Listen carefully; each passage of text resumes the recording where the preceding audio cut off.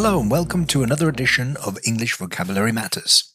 Today we're going to look at two idioms for the price of one, which I'm going to use in the following sentence to give you an example.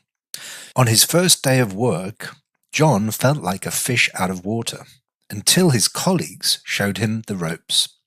So what do these idioms mean? Well, if we look at the first one, a fish out of water, if you imagine how a fish would feel or react if it was taken out of its water environment, you'd probably realize it wouldn't be very happy. It'd be flapping around and gasping for air because obviously fish need water in order to survive.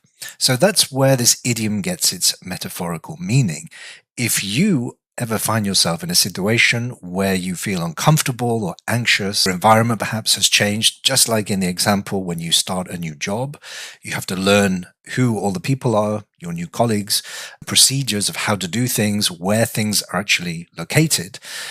During the first few days or weeks or even months, you might feel a little bit like a fish out of water. In other words, you're not comfortable, you're not at home. Until, that is, somebody will show you the ropes. So the second idiom here actually comes from the world of sailing.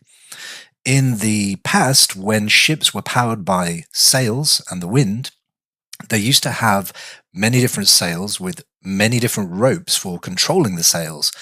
And a sailor would have to learn which rope to pull or tie off in order to control the sails and of course the speed of the boat, etc. And of course this would take time. If you were a new sailor on board, it would take you time to learn the ropes and what they all did.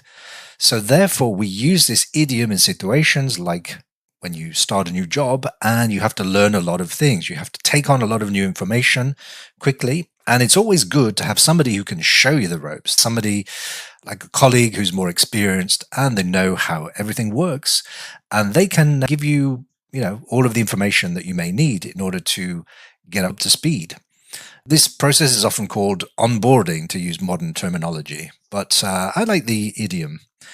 So there we have it, two idioms for you today. If you like that, try and use it in your everyday language. Until next time, I'll say goodbye.